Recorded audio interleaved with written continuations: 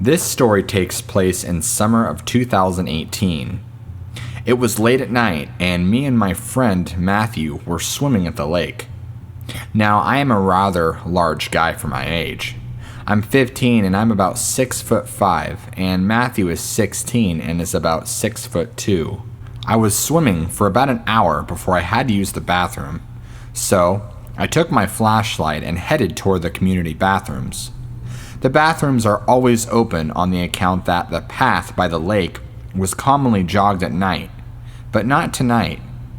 I brushed it off as we were here later than we had been before. After doing my business, I started to head back, but I saw something in the path. Me, thinking it was Matthew, yelled out, "Hey Matthew, over here." I walked closer, but I stopped dead in my tracks when I heard in a voice almost identical to mine say, "Hey Matthew, over here." It sounded like whatever this thing was, it was trying to mimic me. I shined my light in its direction and I saw a large, bone-thin figure with long arms and a deer head. Well, almost a deer head. It looked off. It said again, "Hey Matthew, over here." I stood there for what felt like hours, but could have only been 2 minutes before I heard Matthew from behind.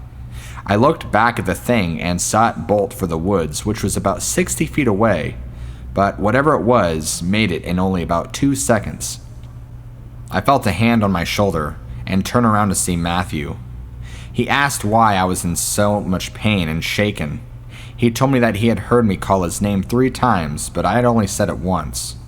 After I got home, I looked up and what I had seen, and the only thing that matches the thing was a skinwalker. I still go to that lake with Matthew, and the other night, but I always carry my gun with me, just in case.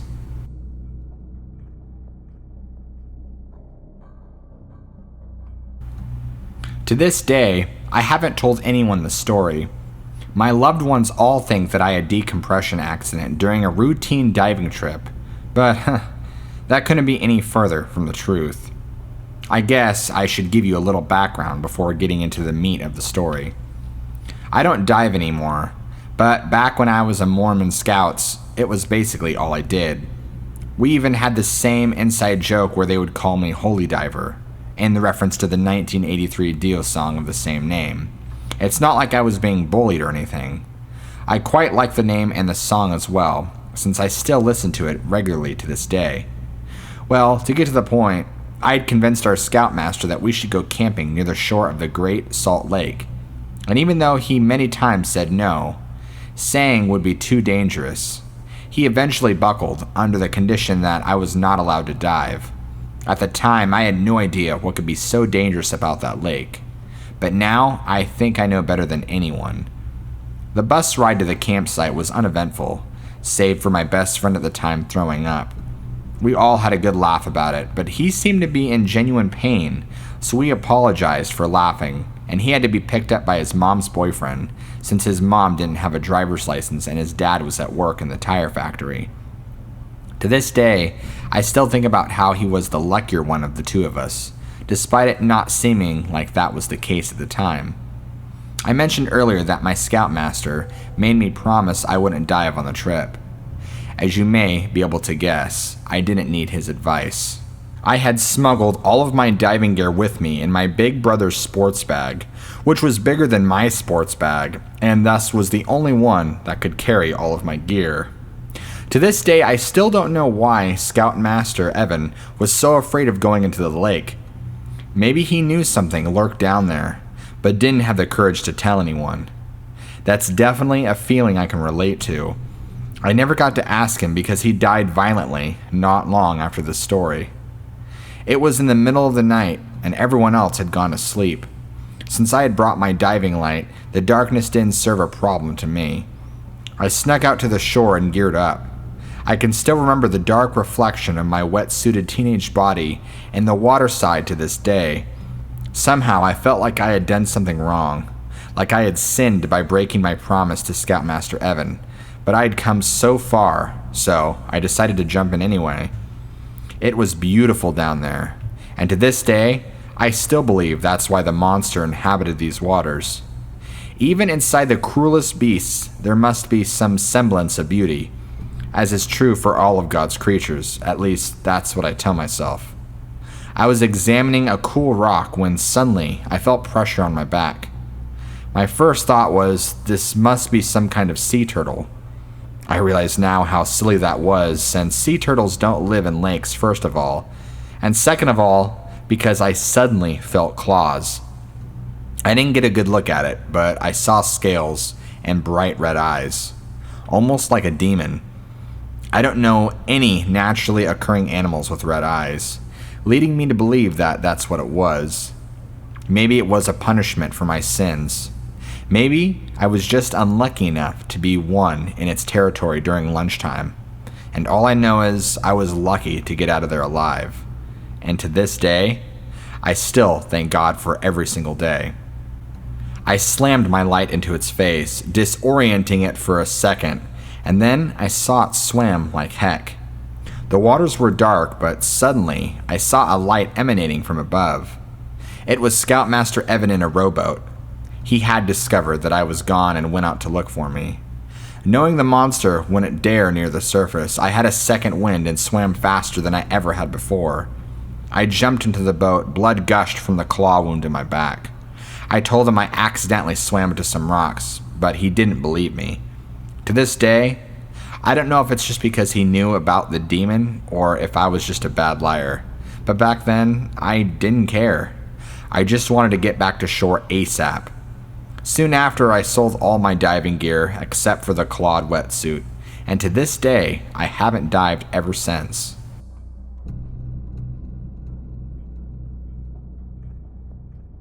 About 2 summers ago, my dad and I were fishing at Sturgeon Lake, which is a small lake near our hometown. We were about to start the day fishing and my dad was just pulling the boat up so I could jump in, when there was an extremely large splash about 50 yards away from us near the center of the lake. Now, I can't stress this enough, but this lake isn't particularly big. But occasionally, people do catch large 40 to 50 pound pike out in this lake. So, 15-year-old me tries to think about it logically and labels it as such. Once I get in our boat, my dad starts up the trolling motor and we go over to the far side of the lake. The fishing was great that day and you could pretty much catch any pickerel on every cast, and I had almost forgot about the splash when it happened again, and my dad had seen it this time. So he looked at me with wide eyes and said, "What was that?"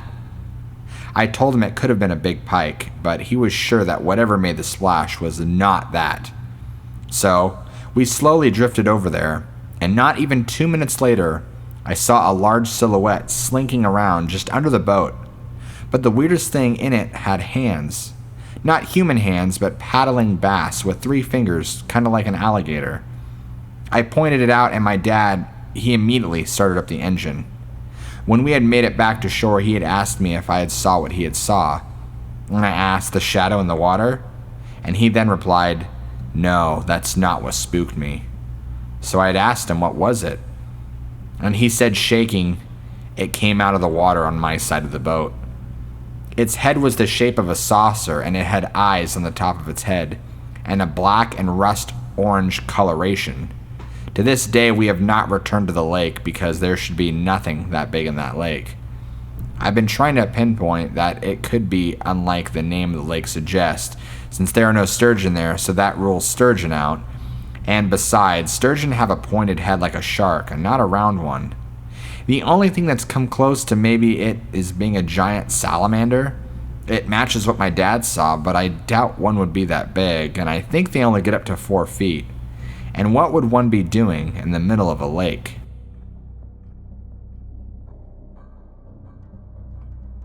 This happened last summer, and I will never forget it. I was up at a lake I don't remember what the name was for the weekend.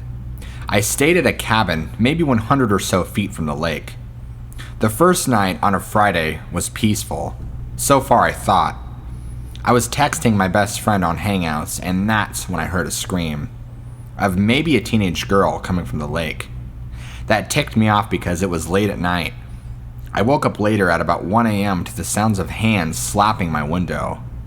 I got up armed with my rifle, but when I went to the window, There was nothing there, and yet there were handprints on the window. Then there was a knock on my door, and I felt a cold breath on my neck. "Behind you," a voice had said. I looked behind me only to see a ghost face of a teenage girl who let out the same scream. I heard it every hour that seemed to come from the lake. I put my iPhone to record the lake, and that's when I found something horrifying. The ghost spirit, or whatever it was rising out of the lake. It was probably 7 feet tall. It had seemingly nice clothes though, and that's when I googled this strange occurrence. Apparently, a few years ago, a girl was stabbed in the head and then thrown into the lake. She screamed out of agony, and her clothes were blue jeans and a red shirt, with dark hair, just as the ghost was. I don't know if I believe this source, and I forgot where it was, but I know for sure I will never go back to that lake again. On a side note, I wonder why my iPhone kept showing pictures of the handprints on the screen. I don't know if these things are connected, but this will be the last time I camp alone. Be safe out there for everyone, and even people who have risen from the dead are still out there to get you.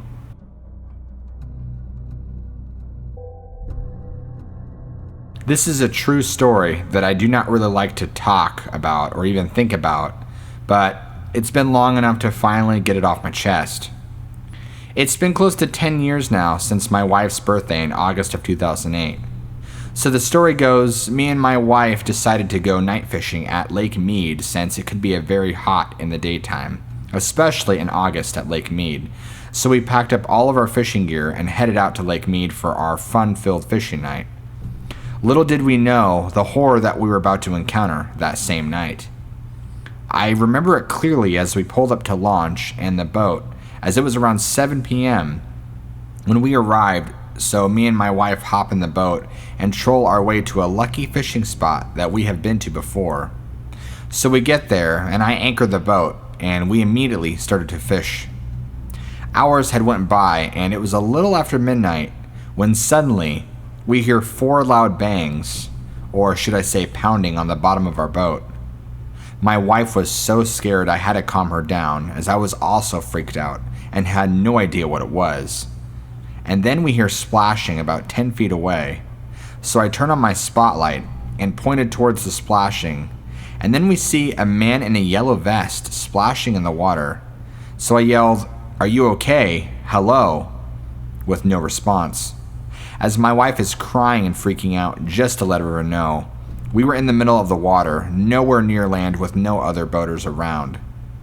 I yelled at the man one last time, "Are you okay?" And suddenly the splashing stops, and then we can clearly see the man, or thing that had no head, just sitting there now, floating with his hands out of the water, sinking down to the bottom. After this, I started the boat immediately and started to head back to the launch ramp. As I was heading back, we hear a loud scream to the left of us coming from a cove that we were passing. So again, I turned on my spotlight and pointed it to where the noise was coming from. And there he was again, the man in the yellow vest with no head, waving at us. As we saw this, my wife got absolutely hysterical and screaming, and then I knew this was a paranormal situation. I was freaking the hell out. I dropped the throttle and got out of there as fast as possible. When we approached the loading dock, there were other boaters and had noticed my wife freaking out, and they asked if everything was okay. I had to explain to them the situation, and they were also freaked out by my story. My wife has never went fishing again at night.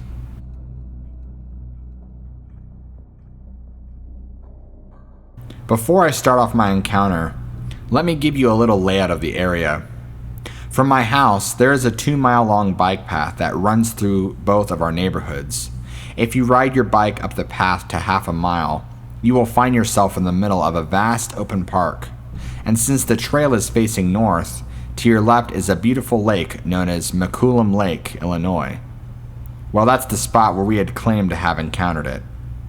To this, I never took him seriously, that is, until I had an encounter of my own. You see, we're just in the midst of filming the 3rd episode of Carl's Ghost in the middle of a cornfield that was right next to an abandoned house lot in the middle of the woods, which is located just next to the lake. While making the first cutscene, I noticed at the corner of my eye a humanoid figure on what I believed to be all fours, emerged from the empty cornfield and onto the road, just a few yards away from where we were both standing. Keep in mind it was pitch black outside, and when we were making the video, so all I could see was the thing walking back into the darkness on the other side of the road, given the fact that its horrific features were exposed under the streetlight. Alarm bells in my head went off, and to my horror, I told Ryan that there was something crossing the road right behind us and that we needed to get out of there now. He laughed and said that I must be fucking with him, but he eventually saw my ghost white expression on my face, and he agreed that we make one more cutscene and get out of the area as soon as possible. Skip ahead a few days, and as ridiculous as it sounds, I find myself wandering these same woods looking for my sunglasses that I had left behind the previous night. While wandering these woods or the house lot, I had this gut feeling telling me that I wasn't alone, and red flags told me to get the hell out of the area. What I found next shocked me. What I found were bare human prints that looked like someone was walking barefoot, only the toes were ended in claws. Red flags had went up in my head, and that's when the stench of rot and decay hit me harder than a freight train barreling towards me. I came to my senses and realized that I wasn't welcome.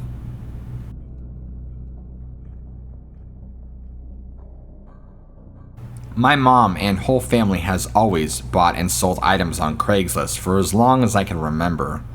Since I was little, I always found that the whole dealing with a stranger on the middle of nowhere deal was the unsafest thing you could do, but free stuff, right? This story proved me wrong.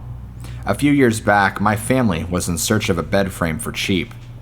With little to no luck, my mom began to search Craigslist and found one. It seemed to be in decent condition, so she messaged the seller. He seemed off even by his messages. He wanted to meet us at his home in the middle of nowhere. My mother felt unsafe. And her gut feeling, she knew she could not meet up with this man. She declined his offer even though we went down on the price to coax her into coming. And soon after the fact, an older couple from a few cities over went missing. They had went on a road trip to purchase something they found on Craigslist. In a small Georgia town, the same one that my mother almost traveled to meet the man with the bed frame, the couple's body and car was found in a lake near to the man's address. Weeks after they went missing, the man was found and arrested, but it's unnerving to think that this seller and murderer was the same man that tried to coax my mom into coming into his house in the woods. This stranger off Craigslist could have made me a motherless child. I have not been on the site in search of things since, but if you have to meet to purchase something, make sure it's in a public place with witnesses, and you always follow your gut feeling.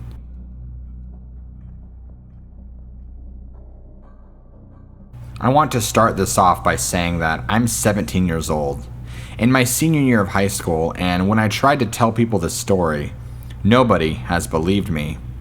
No one except for my friend Jacob, because he was actually there.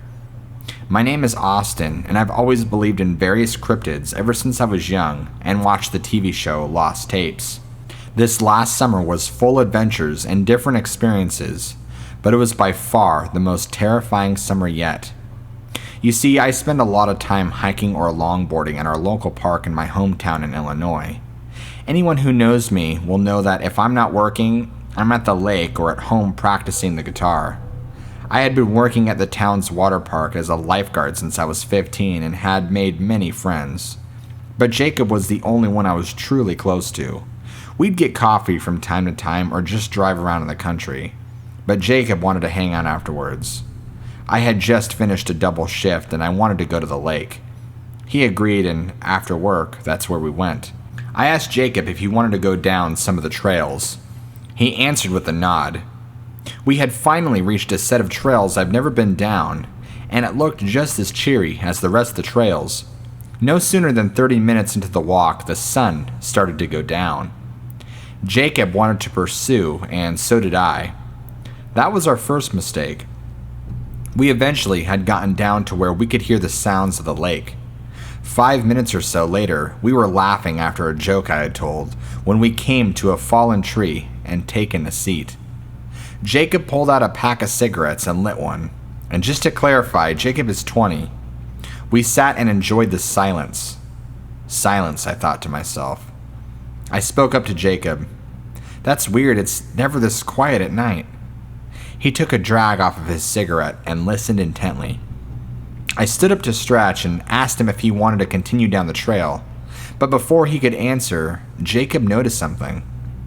Hey, do you see that down there by the edge of the lake? I looked down and I had thought it might have been a lost dog or a deer, because they can be seen regularly out here and I've returned several dogs to their owners before. Before I could say anything, he moved past me and said, Hey, Austin, I think it's an injured dog. So I started following him. When I was walking behind him, I was looking at the ground because we were walking off path, and it was hard to see with it being dark.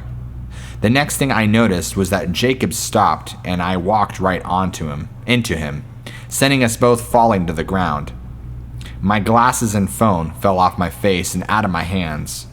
When I picked them up, I looked around. Jacob was gone. I stopped in my tracks. That dog that he had thought was there was not a dog. It had a long, distorted body, its legs and arms twisted among themselves. It was skinny and looked like it hadn't eaten in days. It was pale gray with tufts of fur on its arms and legs. The scariest part about this was its eyes. Soulless black eyes. Its mouth had no lips, but its face formed something straight to its sharp, jagged teeth, with a small nose that looked like it had been ripped apart by something. I let out a gasp as I trembled to my feet, not daring to take my eyes off it. It opened its mouth and said my name, and it sounded like Jacob, making an emphasis on the S in my name. I nearly crapped myself. I started walking backwards when I tripped over something, and I fell backwards onto my butt. This thing then stood quickly. It towered over me. My hand gripped a small rock, no bigger than my palm, and without any rational thinking, I threw it at the creature. It didn't even flinch. When the rock bounced off its arm, it almost sounded like it was laughing. It got down on all fours and crept towards me, and that's when I lost it. I turned and ran. As I ran, I could hear this thing crashing and stumbling through the woods. I ran for what seemed like forever, and I could finally see the clearing. Jacob was already in his car and he was revving his engine. Come on, hurry up, let's get the hell out of here. But right as he said that, I tripped over something and was sent rolling out onto the loose gravel. Scrambling to get back up, I heard it saying my name again. I ran around Jacob's car, and before I even got the door shut, we drove off. I looked back, and there, out of where I came from, was that creature, sitting on its knuckles. I closed my eyes and I told Jacob to just go. We drove for 20 minutes. My eyes were closed and I was terrified. The next day I filed a police report and they had sent a few officers out there. A couple days later, after persisting, the police told me to tell me if they found anything. They said the only thing out of the ordinary out there was mutilated, decaying rabbit's body. They told me if I'm so worried about it, I should just avoid going out there. I didn't need to be told that. 3 months have gone by, and Jacob doesn't like to talk about it. I finally lost it and asked what did he see when we went down there. He said when we were walking down there, this thing was sleeping. He described it just like I did, and when I walked into him, he said he fell right in front of the thing, waking it up. That's when he turned and ran. He apologized, but he didn't want anything to happen to him. I couldn't blame him. Jacob's 5'10", no muscle on him at all, and about 120 pounds. He wouldn't have stood a chance. If you're ever in the Midwest state of Illinois, in the Knox County area, stay away from the lake, because you never know what's in the dark waiting for you.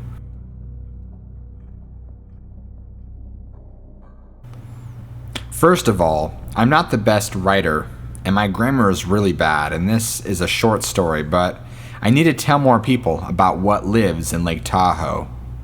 Now, I'm not saying not to go there. It's a beautiful place, but you need to understand that there is an unexplainable thing that happens in this lake. Now, this happened a few years ago, and I went with my family to a trip to Lake Tahoe. We were going swimming and hiking. It was my dad and my cousin and my uncle. We swam for a while, and the water was really cold, so we got out. My uncle had the idea to rent a boat so we can go fishing. I didn't want to because deep water scares me, but I couldn't argue. We brought 3 fishing poles and some nets, and the boat was pretty small, but went fast. We went off. We stopped in a good spot where we can get some fish after a few boring hours I wanted to try. My dad gave me the fishing net. After about 20 minutes, I got tired of holding the net, and as soon as I was going to give the fishing pole back, my uncle caught something big. Now, my uncle is an experienced fisherman and has been fishing since he was roughly 13. Never have I seen him struggle so bad like this. Soon, whatever made my uncle took the fishing pole right from his hands, he was surprised, and we went back, and I started to cry. On the way, my dad and uncle were talking about what it could have been. Soon after that, we had went hiking. Me and my cousin were having the time of our lives, and we were playing with sticks, pretending to be in Star Wars.